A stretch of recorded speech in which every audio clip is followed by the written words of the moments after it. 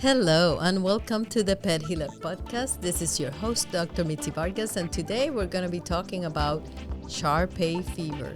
And this is a condition of a specific breed, but hopefully from what our conversation using our integrated approach, maybe will shed some light into fevers of unknown origin in cats and dogs in general. But Shar Pei fevers are very characterized for episodes of like a day to 2 days of super high fever. And that high fever is characterized by super high temperatures, like 106 degrees or 107. And of course, it's important to not let your dog get such high fevers because you can imagine that the brain is subjected to those high fevers. There's a lot of damage, thermal damage that can happen to the brain and other sensitive organs. And so it behooves us to control those episodes, but it comes out of nowhere. It's specific for the Shar Pei breed. And it has been linked with the same kind of mechanism as amyloidosis or gout in people. And as a matter of fact, we use the medication that people with gout use is colchicine. And colchicine is given once or twice a day. And it's a supplement. It's an anti-inflammatory supplement that they can use on a daily just to kind of, keep it away. But even with colchicine, you can see breakthrough fever episodes. And so what is an owner to do?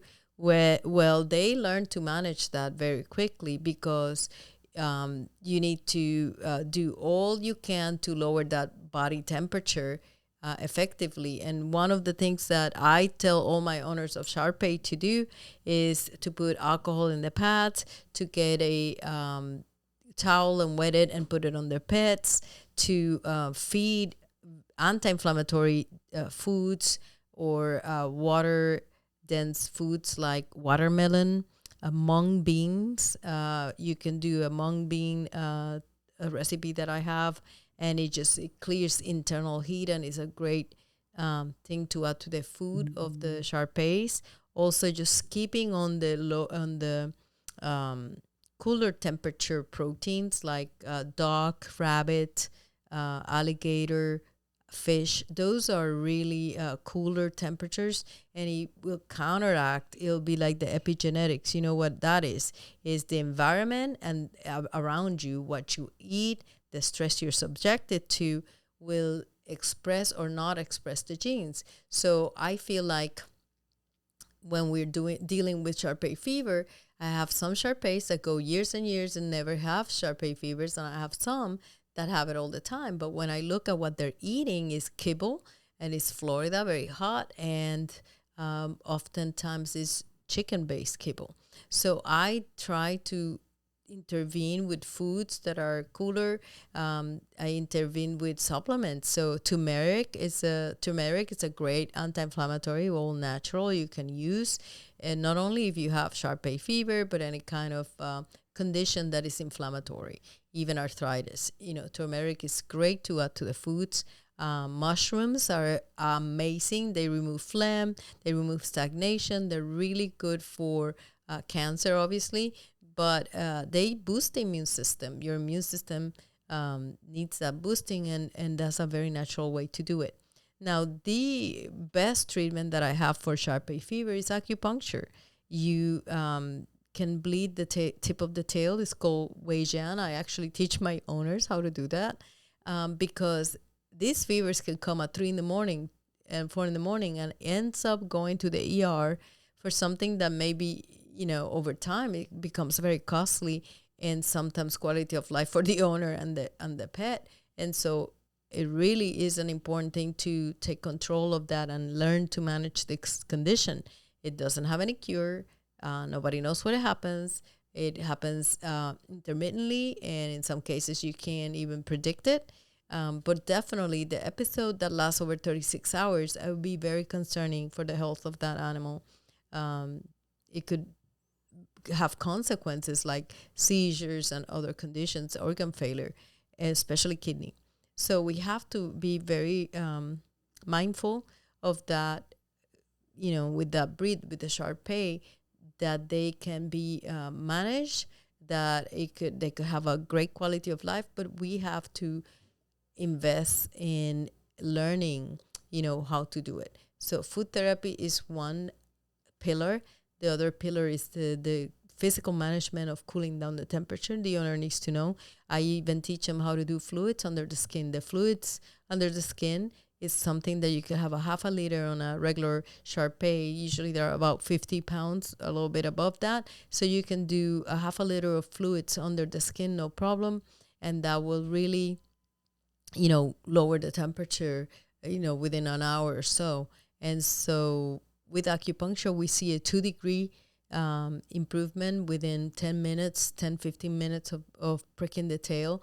You can also prick the outside of the ears. Of course, I do other points. And for my acupuncturists that are listening, the Tai Jing Jiang Ming using level 3s and 5 are a great one that I use.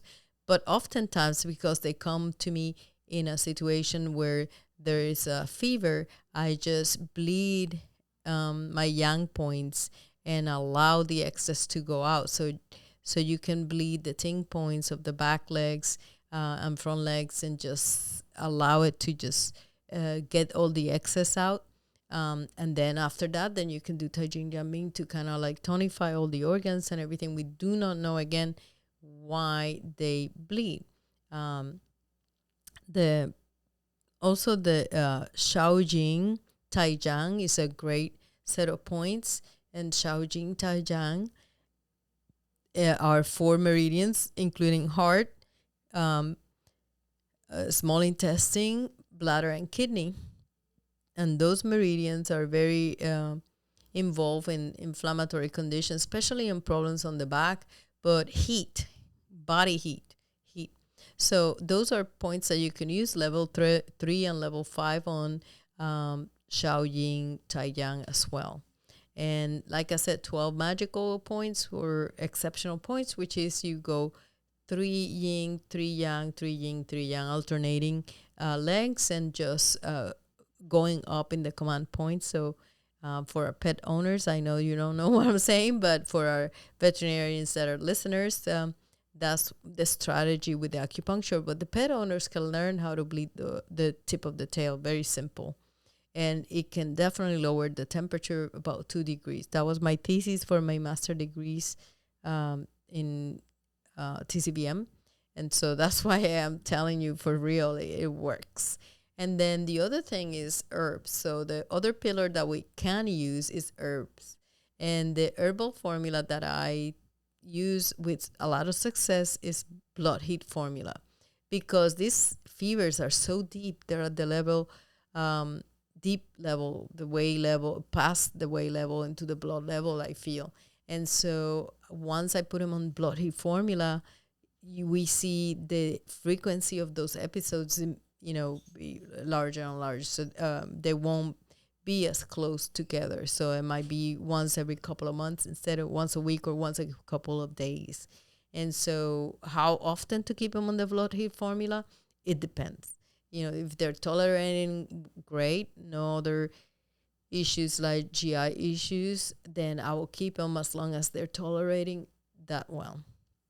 When it comes to the swelling, the edema on them, I don't worry about it too much, because I know that the swelling on the ankles would be exacerbated when they're having an episode. But then we're using the anti-inflammatories and also Western medicine, carprofen, meloxicam, those are good for using during those times as well. And so I don't use it for like maintenance, but I use it when they're having a situation. So I would use from all the colchicine, though, I would use every day. So I hope that this was useful for you. I hope if you have a friend that has a Shar Pei, that you make them aware that this is such a condition and that it can be managed. It doesn't have to end up on an emergency visit every time. I mean, a lot of the times it has to, unfortunately, but most of the times probably would be something that the owner can be aware, educated, and can manage at home with the help of your, GP general practitioner.